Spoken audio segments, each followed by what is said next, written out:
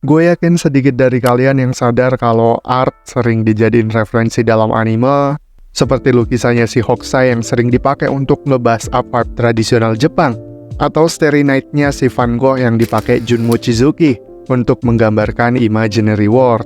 Painting reference dipakai nggak sampai dalam level pipe atau world building aja. Dalam tahapan yang lebih jauh, painting reference dipakai juga untuk mendeskripsikan karakter. Seperti dalam Gabriel Dropout yang kelihatan pakai The Annunciation, lukisan pertemuan Angel Gabriel dengan Virgin Mary karya Fra Angelo, yang kembali buat kita ingat kalau si Gabuchan ini merupakan seorang malaikat. Lalu ada Ghost in the Shell yang kelihatan make La Pupe atau The Doll karya dari Hans Belmer yang seolah secara implisit ngasih tahu kita kalau Motoko Kusanagi merupakan seorang boneka.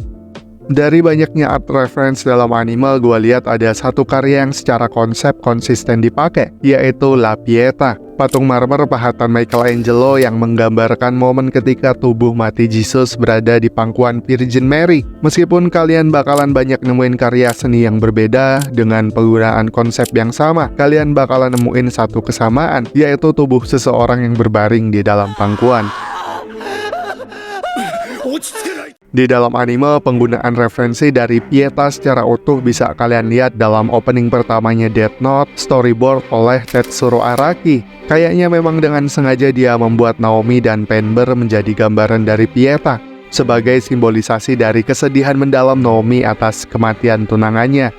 17 tahun kemudian, Tetsuro Araki kembali masukin Pieta ke dalam opening 2 dari season 2-nya Vinland Saga, di mana kali ini Pieta digunakan untuk menggambarkan kesedihan Arnes atas kematian Garter, suaminya.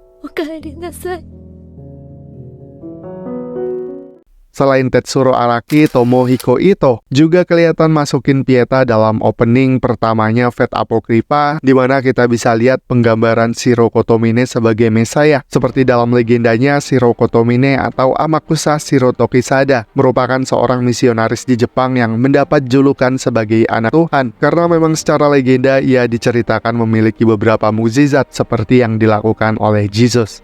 Penggambaran lain dari Pieta yang menurut gua bener-bener epic ada dalam ending 5-nya Chainsaw Man. Storyboard oleh Hiro Matsusu, kalian bakalan diliatin penggunaan referensi Pieta yang bener-bener legit. Meskipun secara keseluruhan Pieta digambarkan sebagai kesedihan, namun secara simbolis Pieta dapat diterjemahkan ke dalam banyak hal, seperti Madonna atau perempuan suci, ikatan ibu dan anak, dan seorang penyelamat. Dimana jika kalian ikutin, kalian bakalan sadar kalau simbol itu lengkap ada dalam Chainsaw Man, seperti Makima yang digambarkan sebagai Virgin Mary, dimana kalian bisa lihat juga di ending 5 Chainsaw Man. Lalu Denji yang menurut penjelasan Tatsuki Fujimoto selalu mencari hal-hal yang bersifat keibuan, dimana di sini adalah Makima. Dan simbolisasi Denji yang diibaratkan sebagai seorang Mesaya, seperti gambaran dalam chapter 153, di mana Denji ditusuk tombak oleh orang-orang sama seperti Jesus yang juga ditusuk tombak oleh orang Romawi. Meskipun muncul sudah 500 tahun yang lalu, penggambaran kesedihan Michelangelo dalam Pieta masih benar-benar populer. Bukan hanya di dunia seni, Pieta juga masuk ke dalam tropes dunia film. Dengan menggunakan Pieta, cerminan emosi manusia seperti kesedihan, kasih sayang, dan cinta bakalan tersampaikan dengan jelas. Lalu dengan menggunakan Pieta juga, gambaran karakter sebagai seorang penyelamat dapat secara mudah untuk digambarkan. Sekian dari gua, see you next time.